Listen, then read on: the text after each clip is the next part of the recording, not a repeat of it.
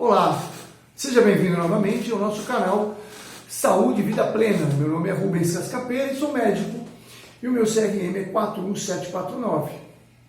Como falei em alguns vídeos anteriores, hoje a nossa proposta é falar sobre síndrome do pânico. Deixa eu falar um pouquinho do canal. O nosso canal, a nossa proposta é trazer uma perspectiva, digamos assim, alguns paradigmas um pouco diferentes. A nossa proposta é orientativa, é para que você possa observar algumas questões que você vivencia, que você sofre, sob outro ponto de vista, né? Em momento algum, trago aqui tratamento específico para você. Não, a ideia é trazer uma orientação, uma perspectiva diferente dos meus quase 40 anos de medicina, né? E com os meus mais de 60 anos de vida, experimentando muitas coisas também. Quando eu digo experimentando algumas coisas também, porque há cerca de 30 anos atrás, eu era ainda um jovenzinho de 30 e poucos anos, já tinha uns 10 anos de formado, 9 anos de formado, e também passei, digamos, por algumas dificuldades pessoais. Não tinha as ferramentas que eu tenho hoje, não tinha a experiência que eu tinha, lógico, óbvio, e eu então tive, na época não existia esse diagnóstico, eu estou falando por volta de 1988, 89, 90, onde eu tive, por muito tempo, eu tive pânico, tive síndrome do pânico. E na época, eu nem procurei ajuda, porque era simplesmente um mal-estar que você sentia, um medo absoluto, né? Então eu lembro que eu trabalhava na Zona Norte. Trabalhava no hospital na Zona Norte, morava aqui na Zona Leste, e eu pegava meu carro e muitas das vezes eu precisei parar digamos assim, na pista lateral, no canteiro ali da Marginal, porque eu estava com uma síndrome do pânico. Síndrome que me dava uma sensação de morte iminente, um mal-estar muito grande, uma morte iminente, e eu, meu Deus, eu não sabia o que ia acontecer. Aí eu tentava, eu ia, chegava no hospital, e muitas vezes chegava no hospital já correndo, ia para a UTI e falava, eu vou morrer, vou infartar. E eu lá, e os meus amigos, vamos ver, né? Eu passando por um estresse absurdo na época, faz o eletro, Rubens, não tem nada, não deu nada. E aquilo ia passando. E aquilo foram se sucedendo muitas e muitas vezes. Então, e na época, realmente não se tinha esse diagnóstico de síndrome do pânico. Era um mal-estar, uma crise de ansiedade, alguma coisa, e ficava por isso mesmo. E vamos lá, vamos trabalhar para ver, porque eu tinha muito trabalho para fazer, para resolver questões que eu precisava. Então, mas teve uma época, uma certa situação que aconteceu comigo, que foi definitivo, foi decisivo. Aquilo foi decisivo. Uma experiência que aconteceu comigo que me trouxe uma luz. E a partir dali, eu digo que eu até continuei tendo a questão do pânico, mas eu soube administrar. Isso eu quero passar para vocês aqui, porque eu entendo que é uma experiência pessoal e que, ao longo disso, é como se eu tivesse me tornado, digamos, por causa dessa experiência pessoal, isso acontece muito na medicina, né? Eu me tornei quase um especialista em síndrome do pânico, né? Então é muito comum pessoas me procurarem com síndrome do pânico e eu alertá-las, claro, é importante tomar remédio, passar no psiquiatra, lógico que é importante, isso é importante, lógico, mas eu digo que precisa ir mais além, né? Então a nossa proposta do canal é sempre ir mais além, dessa proposta aqui desses vídeos é ir mais além. Ficar ali, porque as pessoas falam, eu tomo remédio, outro dia eu andei pesquisando na internet, você vai pesquisar, a pessoa tem lá, toma remédio, tem pânico, não consegue mais sair de casa, não consegue mais viver uma vida muito limitada, né? Então o pânico, síndrome do pânico, não pânico, vou ver a diferença aqui. O pânico tem essa perspectiva, né? Quer dizer, o síndrome do pânico, onde a pessoa tem um mal-estar repentino, muito intenso, uma sensação de morte, onde tem palpitação, falta de ar, né? Mal-estar, sensação de desmaio e uma aflição muito grande. uma coisa que a pessoa fica em desespero. Dura-se o tempo da adrenalina, digamos assim, né? Mais ou menos 20 minutos, só que ela, como é muito intensa, ela fica registrada na pessoa como um trauma.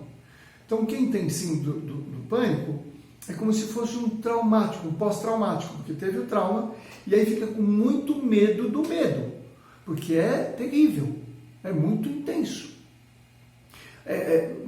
Tem gente que já tem adrenalina um pouco aumentada, vai para o dentista, faz a injeção da anestesia, que tem junto adrenalina, aí a pessoa tem uma crise, muitas vezes, de pânico na cadeira do dentista. Então, está ligado à adrenalina, lógico. Mas é isso que eu quero dizer para vocês. Então, tem uma reação adrenérgica. Você não tem o pânico sem a reação adrenérgica. Então, vamos separar uma coisa? Vamos começar a nossa conversa separando, distinguindo duas situações. O que é pânico e o que é síndrome do pânico. Pânico. Você está caminhando na rua tranquilamente e de repente,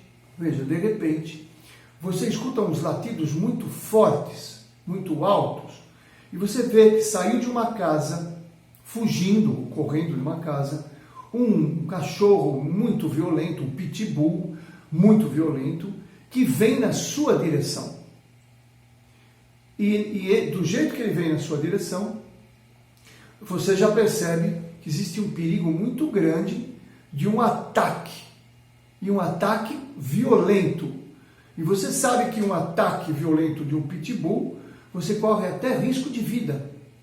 Então você tenta fazer alguma coisa, você tenta fugir, você tenta fazer, mas é tão repentino aquilo que você tem toda uma reação. Você tem então um disparo de adrenalina, autoadrenalina, que é para você fugir ou lutar. Você vai precisar fazer uma das duas coisas. Então você vai tentar lutar, mas o pitbull, e aí você não sabe se luta, se você foge, se você fugir ele te pega por trás, se você fica, como é que você faz? Você tem uma palpitação violenta, porque faz parte da palpitação, você tem uma palidez muito grande, porque faz parte da palidez, a adrenalina foge naturalmente o sangue da periferia e vai para os músculos, vai para o coração e vai para o pulmão, é ali que precisa o sangue, na periferia não precisa, foge também, tira todo o sangue, entre aspas, todo modo de falar, de todas as vísceras e vai tudo para onde? Para músculos, coração, cérebro e pulmão, para que você fique pronto para lutar ou fugir. Mas quando ele está chegando muito próximo, que você está tentando ver o que vai fazer, graças a Deus, o dono segura na coleira e impede esse ataque. Mas aí você já teve a descarga de adrenalina. Foi um susto muito grande, foi uma reação muito grande. Você pode ter então um mal-estar muito grande. A palpitação continua, você se sente mal, uma sensação que você não vai aguentar, porque você teve uma reação. Essa reação pode até trazer disfunções intestinais, você pode ter um quadro de um desmaio, quer dizer, uma coisa muito ruim que você vivencia naquele momento. E que depois que passa o susto, o modo de falar, você vai voltando ao normal. Mas você passou desse susto. Digamos que você passou por uma experiência dessa. E você vai ao médico. Doutor, eu acho que estou com síndrome do pânico. Por quê? Porque eu passei muito mal. Tive disparo do coração, tive um mal-estar, fiquei pálido, fiquei com uma sensação de desmaio, achei que ia morrer. Mas o que aconteceu? Eu falei, eu tive um ataque de um pitbull. O médico vai dizer, não, você não tem síndrome do pânico, você tem pânico. Isso é pânico. O que você teve foi uma reação fisiológica, natural de pânico. Todo ser humano vai ter essa reação frente a um perigo. A menos, claro, que não signifique um perigo. Se você é um treinador de cães, por exemplo, e você sabe treinar o cão, se você tem uma arma, ou vice-versa, quer dizer, tudo depende, claro, do que você considera perigo, mas frente a um perigo iminente, onde você não sabe o que fazer, você vai ter uma reação fisiológica, natural. Se você tem treinamentos para os perigos, você não tem reações de pânico tão exacerbadas. Se você não tem treinamento para dar características de alguns sistemas, você vai ter reação natural, fisiológica. Isso que o médico vai te explicar.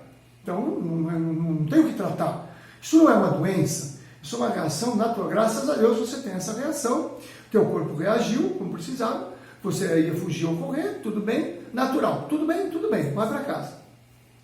Mas aí, você está andando na rua, normalmente, tranquilamente, e de repente, você tem uma reação fisiológica de pânico.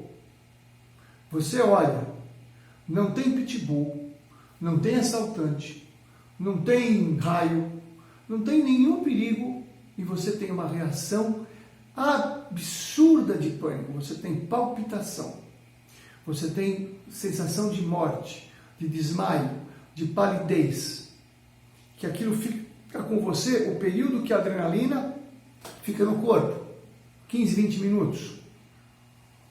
E você passando mal, não consegue nem raciocinar direito. E aí você vai ao médico e diz assim: doutor, eu tive uma reação muito grande de crise de ansiedade ou algo parecido, porque eu estava andando na rua e de repente eu tive uma reação, palpitação, mal-estar, sensação de morte. Aquilo ficou comigo alguns instantes, eu não conseguia melhorar, demorou para passar aquilo. Eu fui para casa, mas eu fui desgastado, teve um desgaste muito grande. Nossa, uma situação muito ruim. E eu passei muito mal. O médico vai falar: mas tinha algum perigo? Não. Mas você estava pensando em alguma coisa? Não, eu estava caminhando, indo para casa. Mas você lembrou de alguma coisa? Não. Bom, então você tem uma síndrome do pânico. Síndrome por quê? Síndrome geralmente é um nome que se dá a um conjunto de sintomas sem se saber a causa. Síndrome é um conjunto de sintomas que não se sabe a causa. Então, geralmente, a medicina, ou os médicos que vão descobrindo as síndromes, eles vão falando de vários sintomas, eles agrupam esses sintomas e dão o nome de síndrome. Quando você pergunta a causa, é uma causa desconhecida. Então, a síndrome do pânico, justamente pelo nome síndrome do pânico, é um conjunto de sintomas de pânico sem causa conhecida. E aqui eu quero trazer para vocês a minha experiência.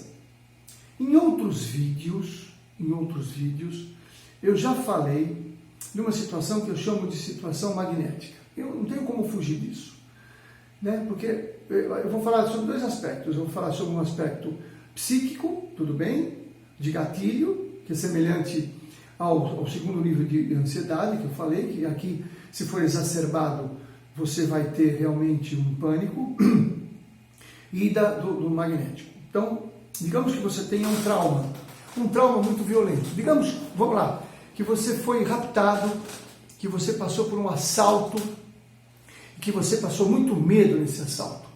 Você passou muito medo, você foi muito ameaçada, isso ficou registrado. E a pessoa que fez isso era uma pessoa com certas características físicas.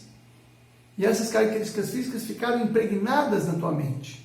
Então aquilo ficou impregnado na tua mente, você não estava pensando em nada, você estava caminhando, passeando na rua, e de repente passa uma pessoa por você com as características muito semelhantes àquela pessoa que te assaltou, que te maltratou. Nesse instante existe um disparo, tem um gatilho e aciona toda a reação que você tem guardada, gravada dentro de você.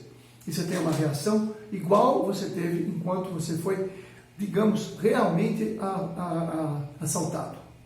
Então, digamos, um assalto virtual que você passa novamente. Você passa de novo pelo assalto, pelo aspecto que você vivenciou e que foi tremendamente traumático, né? E que hoje se diz que é estresse pós-trauma. E esse estresse pós-trauma, você então desencadeia toda uma reação como se fosse assaltado de novo, e aí, claro, você reage dessa maneira, com pânico, tudo bem. Então aí seria um gatilho, como eu falei em alguns vídeos anteriores, quando você tem uma ferida, né, você bater na ferida, você dói de novo. Então, se você tem uma ferida traumática psíquica, aquela pessoa que passou por você, ou de repente um local, ou uma música, ou um certo cheiro podem disparar e você ter toda aquela reação novamente. Então aí você estaria tendo uma reação exacerbada de um perigo que não existe naquele momento, mas o teu corpo registra como se existe a possibilidade daquele perigo. Então a gente diz que é um perigo virtual, que reage da mesma maneira. Você vai ter todos os sintomas. É importante então você identificar isto, se você teve esse tipo de trauma, e você faça uma limpeza nesse tipo de trauma. Existem técnicas, que aí você pode, várias técnicas, várias ferramentas, para você buscar e trabalhar esse aspecto. Talvez eu tenha alguma questão, e às vezes não é um aspecto conhecido, né? Digamos que, eu costumo dizer, quando você tinha 2 aninhos de idade, você foi na casa de um amiguinho brincar, e ali o cachorro dele, que era um cachorro grande, se soltou, e esse cachorro grande se soltou e veio brincar com você e com ele, mas ele não sabia que era brincadeira, você não, o cachorro ficou te mordiscando e você ficou em pânico. Com 2 anos você registrou esse trauma, você não lembra desse trauma, mas se era um pastor alemão ali que brincou com você e te deixou em pânico com 2 anos. Se agora passou um chihuahua, você tem uma reação novamente, né, daquela reação que você tinha. Então é importante você identificar esse trauma que pode ter despertado. Ou o terceiro fator, que eu estou trazendo aqui semelhante à da ansiedade, que é, no caso da síndrome do pânico, são 2 fatores que eu vejo. Um é o gatilho de um aspecto de um trauma emocional ou um campo magnético. Eu entro numa faixa magnética. Olha, o que é faixa magnética? Quando você muda a tua estação de rádio, você muda de faixa magnética.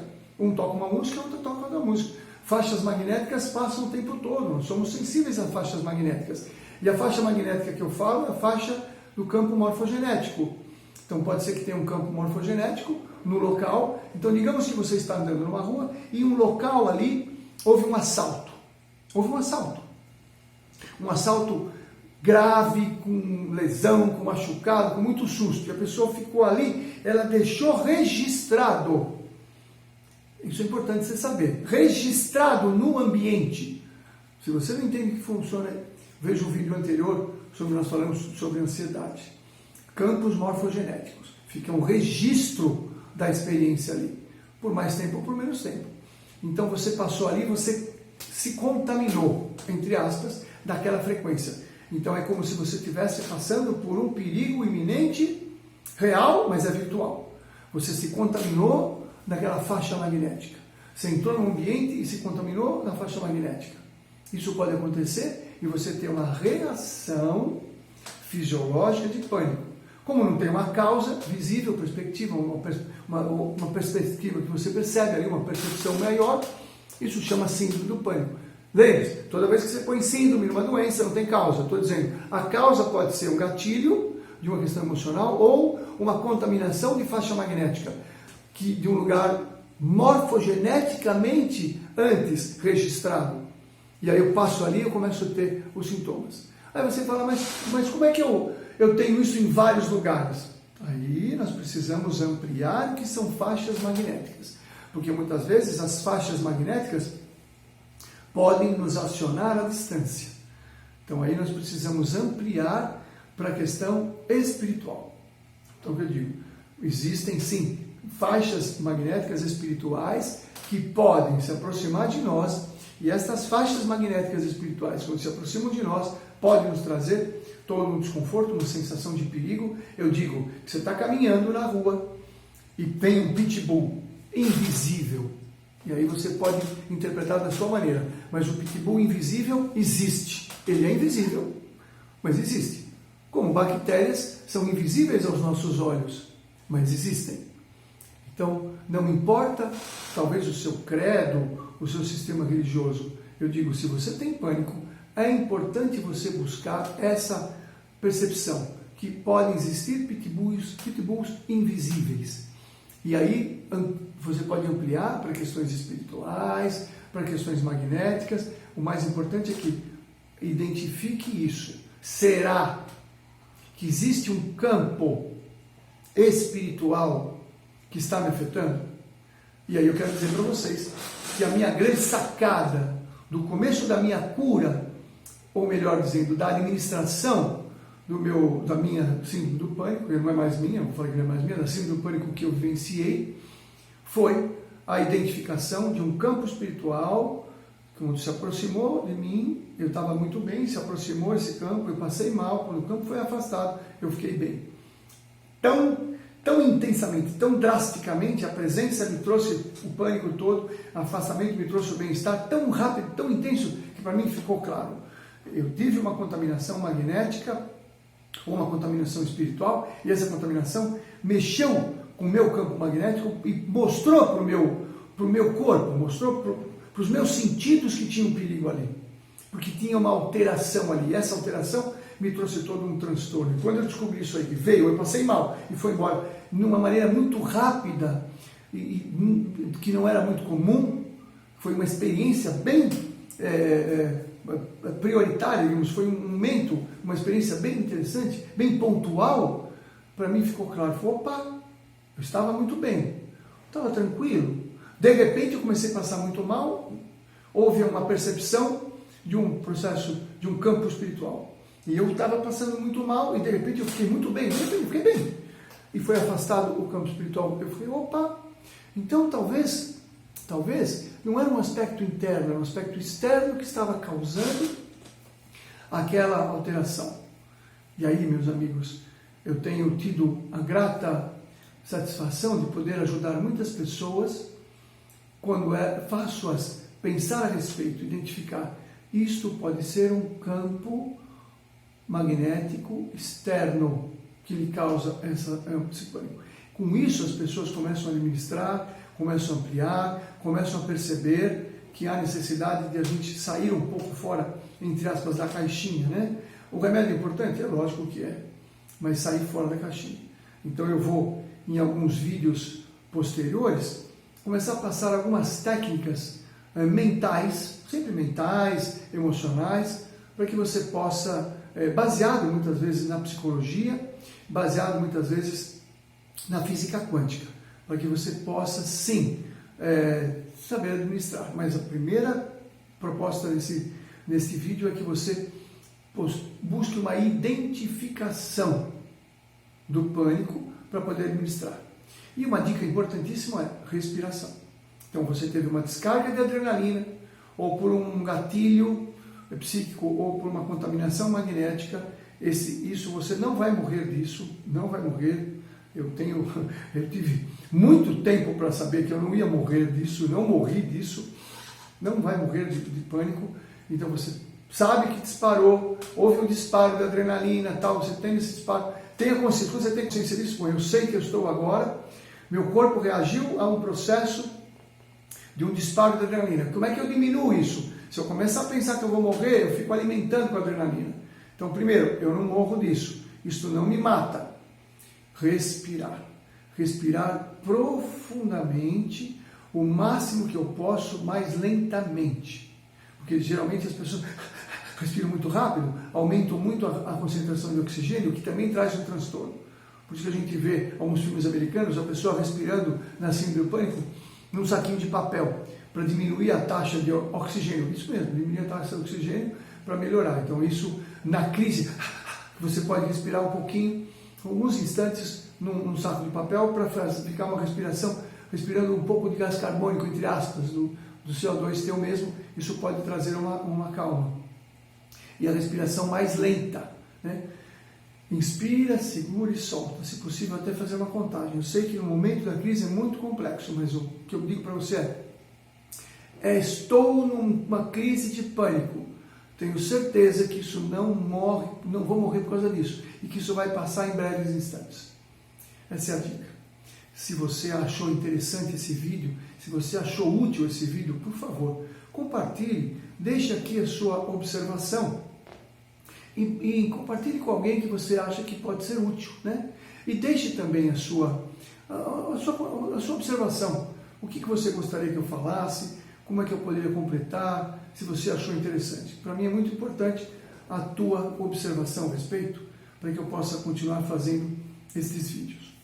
O próximo vídeo nós vamos falar do que eu vou chamar de contabilidade orgânica. Contabilidade orgânica? Como é que a gente pode aprender a administrar falando de uma contabilidade do nosso organismo?